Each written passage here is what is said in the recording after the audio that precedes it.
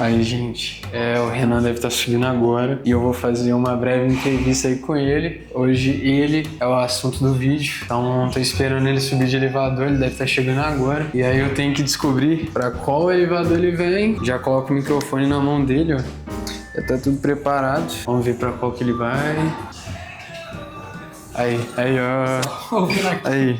Qual foi? Bora fazer um vídeo aqui. De improviso? Exato. De improviso? Só de improviso. O que você quer que eu fale aqui? Então, peraí. Primeiramente, quem é você? O que você faz na Sandy? Vamos lá, vamos ver se sai de cara assim. Galera, meu nome é Renan Filigreva, sou diretor criativo aqui na Sandy. Minha função é gerar e vender ideias, praticamente. Eu fico mais ligado na parte de novos negócios, criando projetos que vão para concorrências, para trazer novos clientes. E depois, quando a gente ganha, eu vou para campo para dirigir esses projetos e garantir que a gente tenha a mesma entrega que eu vendi para o cliente, que eu criei lá atrás junto com ele, que lá na ponta a gente, junto do time, vai conseguir fazer com que ela se torne real. Então hoje essa é a minha função aqui, apesar de ter entrado aqui 3 anos atrás como um mero designer. De designer comecei depois como assistente de câmera também, comecei a pegar a câmera, inclusive agora acho que fazem 2 anos que eu tô rodando de câmera pela Sandy, foi na tardezinha um tempo atrás, então é fácil de lembrar a data. A gente tá rodando a tardezinha. A sua estreia foi na tardezinha? Minha estreia foi na tardezinha AMB, aqui em São Paulo, inclusive. Então toda minha história praticamente construída no audiovisual aqui dentro da Sandy e com muito orgulho isso, porque se a gente olhar para o cenário da Sandy, 3 anos atrás, quando a gente entrou, no caso eu entrei, e hoje o que a gente está construindo aqui em São Paulo, toda essa base nova, eu e Egon viemos para cá início do ano, arriscando para conhecer o mercado, para entender a cultura, a rotina, o estilo de vida, ver se ia fazer sentido pra gente, e acabou sendo um ano absurdo, assim, além de estar rodando a turnê com a tardezinha, da dimensão que é uma turnê como a tardezinha, como câmera, eu vim pra cá pra gente conquistar esses novos projetos em São Paulo e dirigi-los, então foi um ano que eu não parei em casa praticamente. Só você da Sandy que tá em São Paulo, além do Egon? Por enquanto, sim. Desse início do ano viemos eu e Egon, depois a gente já teve algumas passagens pelo time aqui, mas agora estamos eu, Egon e Naquinha, que vos fala na câmera, só que parece que esse ano, agora, início de 26, vai ter uma debandada do Rio de Janeiro. O pessoal viu que a gente veio pra cá, testou, curtiu, conseguiu aproveitar o que tinha de fatia de mercado e se sentir bem com isso. Então o pessoal parece que tá gostando e vai vir pra cá também pra desbravar São Paulo e os projetos que a gente tem aqui. Essa sala vai ficar até pequena, né? Aí, homem reunião. Eu não vou nem falar com ele, depois a gente fala. Depois de cumprimento, você vai atrapalhar aqui. Tá pegado aí? O cara já chegou aqui me surpreendendo, já cheguei gravando, ó. Aqui. E é isso, família. O que você quer mais saber? Aqui, bora lá pegar um café? Bora. Pra começar o dia sem um café é difícil. Queria saber, cara, quais são os processos de você dirigir o projeto? Desde a pré-produção, como é que funciona? Por exemplo, como é que é a prospecção? Você que prospecta o cliente, você que pensa no projeto. Cara, então, a gente tem uma equipe comercial hoje muito foda, que fica filtrando e avaliando as possibilidades de mercado, os clientes e criando esses objetivos. E o meu trabalho chega mais na parte do negócio criativo. Uma vez que a gente entra em contato com esse cliente e a gente consegue uma reunião, é onde eu entro. Para mim, pelo menos porque eu faço, uma das partes, se não há mais, mas uma das 3 partes mais importantes ali é a reunião de briefing com o cliente. Porque é dali que é o momento de perguntar, de testar o cliente, de levar ele para um lugar que talvez nem ele sabia que ele poderia estar, para conseguir extrair dele o que ele realmente quer e o que ele precisa no momento, porque a gente vê muito isso acontecer também. Às vezes o cliente procura uma produtora de vídeo porque tem uma campanha para fazer, mas quando a gente quer entregar não só um vídeo, a gente quer entregar performance, a gente precisa entender da marca, do cliente, o mercado que ele está inserido, o resultado que ele quer atingir.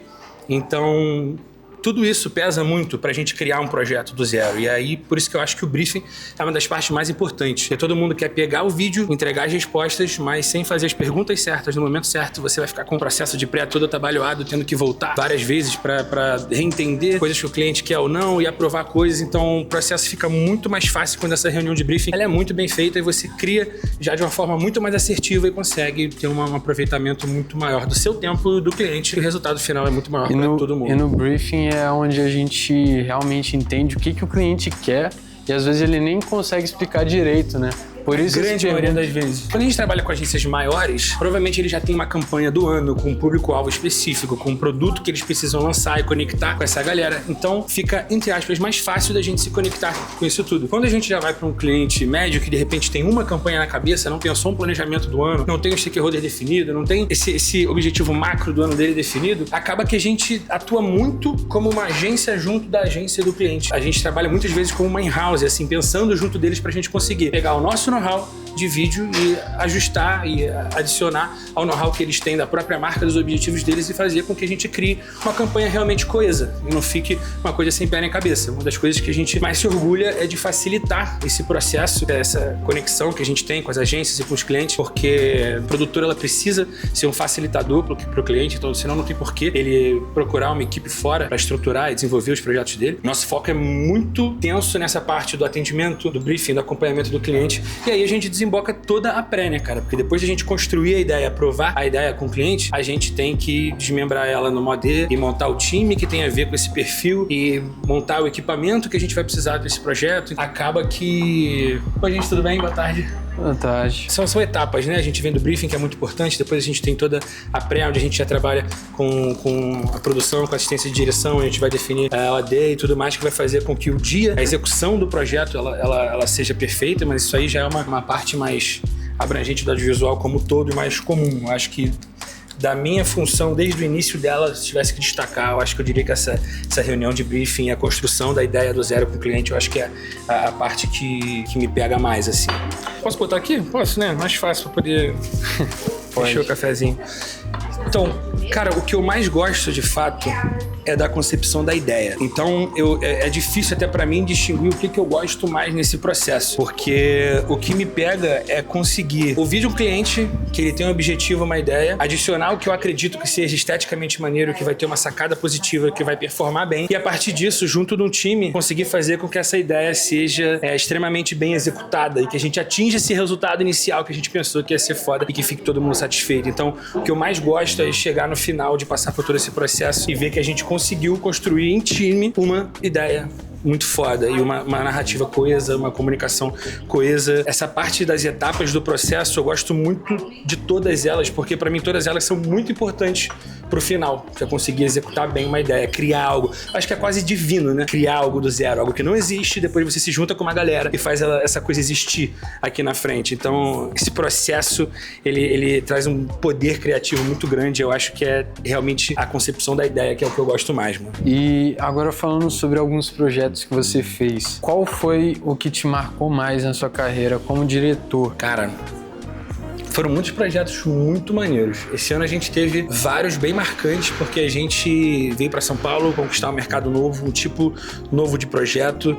A gente fez ano passado Rock in Rio, onde eu pude dirigir também a campanha de Ticketmaster. Mas eu acho que eu vou botar o que mais me marcou como o meu primeiro. Que eu já comecei dirigindo uma turnê de aniversário de 30 anos de carreira do Andrea Bocelli no Brasil, viajando com a equipe por vários estádios, com uma pressão grande de entrega, um projeto que eu consegui, através da concepção, do tratamento, de tudo mais, foi um dos primeiros ali que a gente estruturou dentro de casa para vender nesse estilo, ir atrás do cliente com tratamento, com o conceito da ideia e provar para o cliente que a gente podia e conquistar o projeto. Então, eu acho que esse do Bocelli, do ano de 2024, foi mais marcante para mim, porque além de ser o primeiro, foi o primeiro que eu fiz o processo completo da geração da ideia e da venda da ideia, e depois da execução em campo. Então, eu acho que esse é o... Você já entrou no fogo mesmo, né? Num projeto enorme como esse. A sorte é que a gente tem um time muito unido, todo mundo muito próximo, então facilita. A gente acaba viajando com pessoas que a gente considera clichê, mas clichês são clichês por um motivo. A gente acaba se tornando uma família muito grande,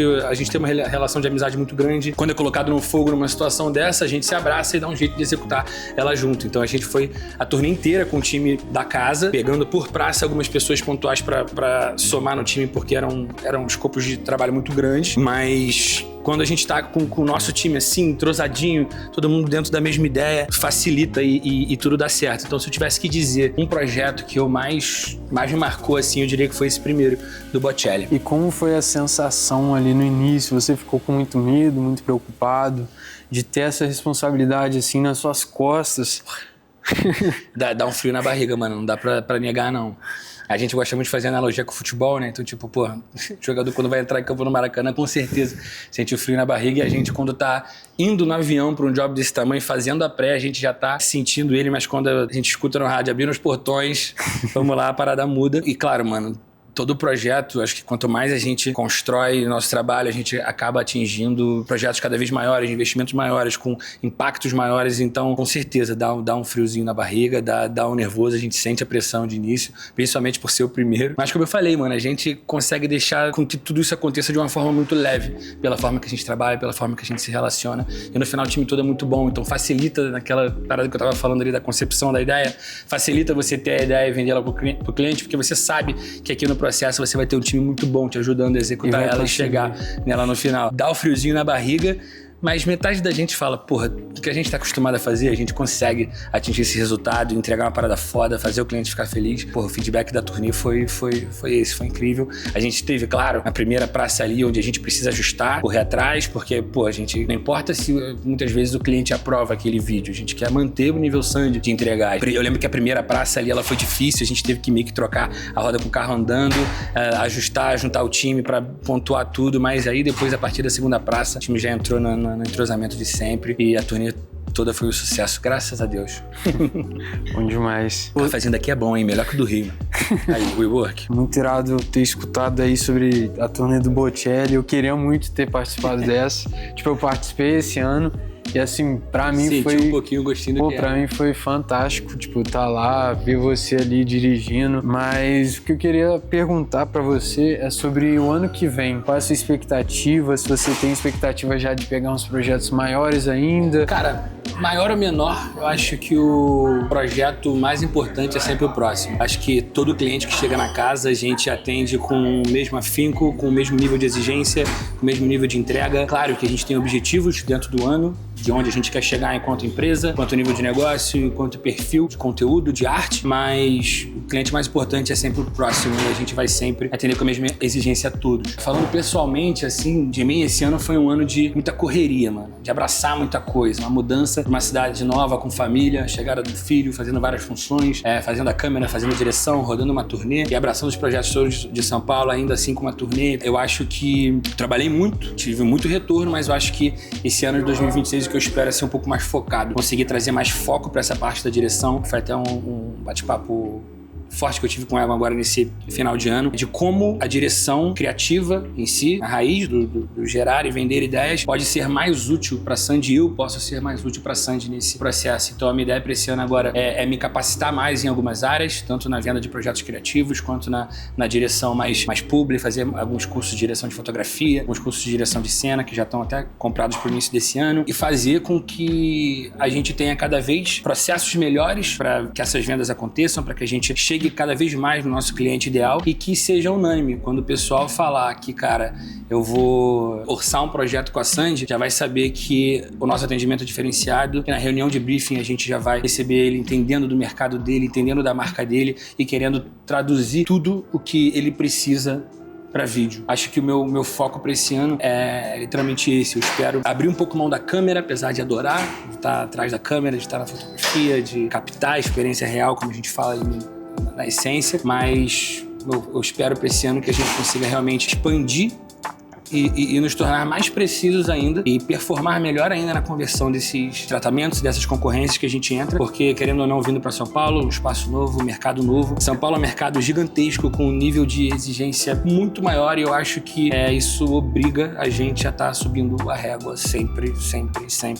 Então esse ano eu quero isso, eu quero focar cada vez mais na direção criativa, óbvio. Vou para campo dirigir time também, nos eventos, vou dirigir cena também, no que chegar de público, mas eu acho que isso aqui da direção na prática do dia vai ser uma consequência desse trabalho pré, da geração, da venda, da ideia, do pensamento, de trabalhar junto com o nosso time comercial, com o Luiz, com o Rod, pensando em novos negócios para que aqui na ponta essa direção possa ser bem executada também. Então acho que esse é meu foco para 2026.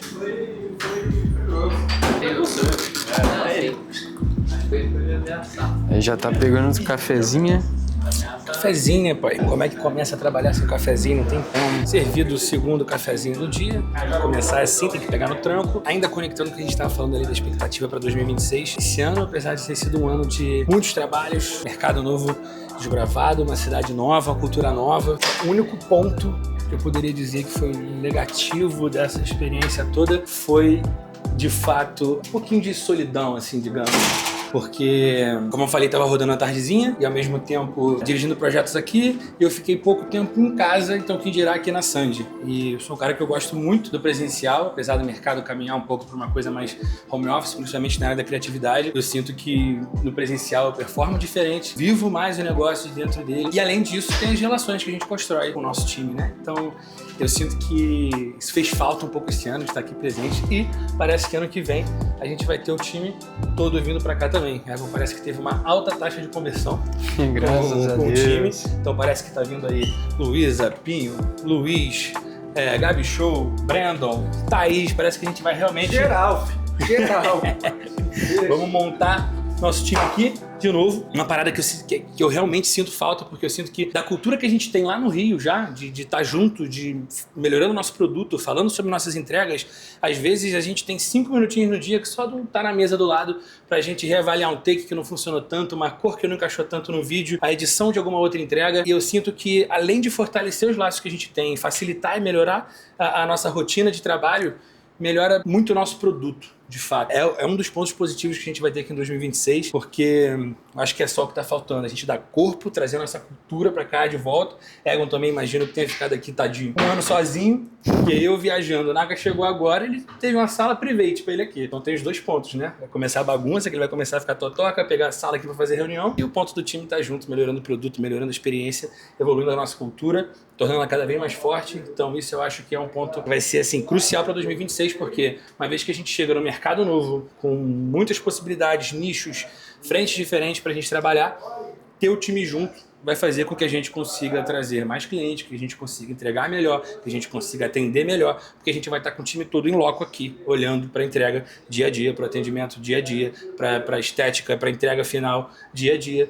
Então, esse é um ponto positivo que eu estou ansioso por todos esses pontos aí para 2026. Hoje é dia 9 de dezembro, a gente tem ainda para esse ano edição final 1 da tardezinha no Rio, a gente tem edição final 2 da tardezinha aqui em São Paulo, e a gente tem no dia seguinte da tardezinha Interlagos um projeto, o último show do Ney Matogrosso, que sou extremamente fã. Dentro de tudo que a gente criou esse ano, eu acho que vai ser a possibilidade mais forte da gente entregar a sensibilidade, cultura brasileira na essência. Ney, ele é a cara da música popular brasileira e da nossa cultura. É um cara super expressivo, super artístico, e o show dele vai ser no Allianz Parque aqui. Eu tô fazendo o tratamento desse projeto, criando a estética do que vai ser, pra gente levar o pessoal do 30E. Então agora eu vou sentar aqui pra elaborar um pouco mais esse projeto. Ele é pra entregar dia 16, então eu tô criando com calma, pensando ponto a ponto, desde a linguagem visual, da fotografia, ritmo de edição, trilhas que a gente pode usar pra dar a cara dele. Já tá escutando bastante Ney Matogrosso? O Tiny Desk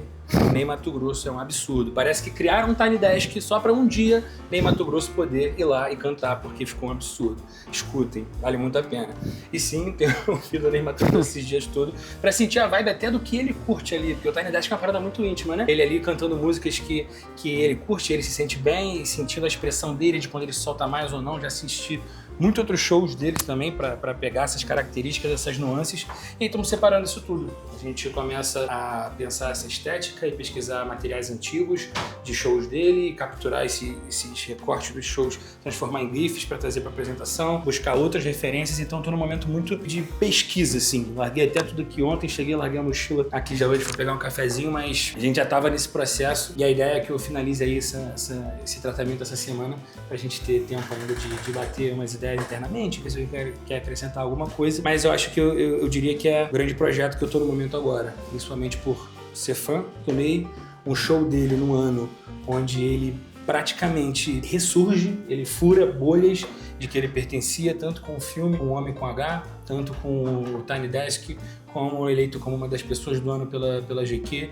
Então ele literalmente furou bolhas esse ano e renasceu como artista, assim, ganhou uma nova visibilidade depois de anos de carreira, de já se tornar uma entidade da música popular brasileira. Ele volta para um ano super importante e a gente tem na nossa mão a chance de fazer, de fato, o último audiovisual do último show dele nesse ano. É só com essa responsa aí que eu tô lidando e encarando esse tratamento, porque é um projeto que eu tô amarradão de fazer e finalizar com chave de ouro, né? Fechar o ano com chave de ouro, que foi um ano muito foda. Agora você vai fazer o tratamento, certo? Tratamento. O tratamento, ligar aqui, começar a brincadeira.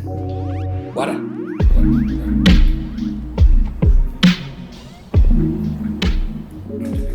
Tropa, aqui, acabei de jogar umas ideias aqui já no Photoshop. Daqui a pouco eu vou lapidar a estética e tudo mais de tratamento. Mas como é que funciona esse processo até aqui? Primeiro, eu dou uma pesquisada geral nos meios tradicionais que a gente tem de pesquisa. Vou ali no Google, no YouTube, troco uma ideia com o chat. Dependendo do projeto, que varia muito, depende se eu quero mostrar um pouco mais de autoridade usando cases que nós mesmos fizemos dentro da Sandy. Eu pego vídeos nossos e faço GIFs de frames que eu quero usar de exemplo, mas dependendo se é uma coisa mais abstrata, uma publi de repente, ou coisas que eu não tenha feito, que eu queira mostrar referências gringas, eu pesquiso em alguns sites, né, que facilitam isso, o Kive, o Flame, o iCandy, tem diversas plataformas que você pode usar, mas eu gosto muito de pegar vídeos no geral, principalmente quando são cases nossos, e fracionar, usar esses GIFs. A partir dessa pesquisa de referências, tipo a do Ney, como eu tava falando, eu assisti muito os últimos shows dele, a estética dele, então eu uni todos os pontos interessantes que eu achava num doc do Google, e a partir dele troquei uma ideia com a gente que eu criei para fazer tratamentos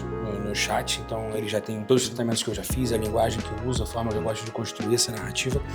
Então tem essa etapa de troca de ideia com o chat, e depois eu lapido essa grande ideia com esse agente e jogo aqui numa apresentação. E aí dessa apresentação eu jogo tudo numa plataforma de apresentação online, que a gente consiga mandar só um link pro cliente para não depender de um arquivo pesado. Então eu exporto esses slides e jogo ou no Google Presentation mesmo, que é mais fácil, ou a gente tem opções ainda de criar um site com o ReadyMag que faça realmente um link personalizado para esse tratamento, ou Pitch, ou Framer, enfim.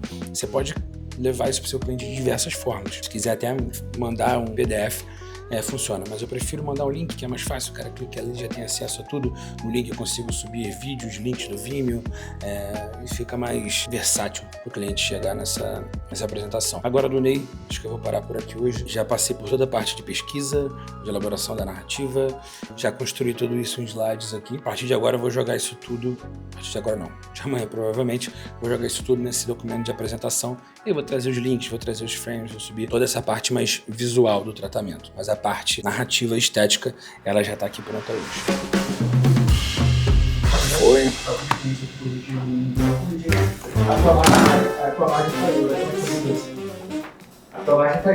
Trabalhar a mentoria do homem. Muito bom, foi excelente. Família.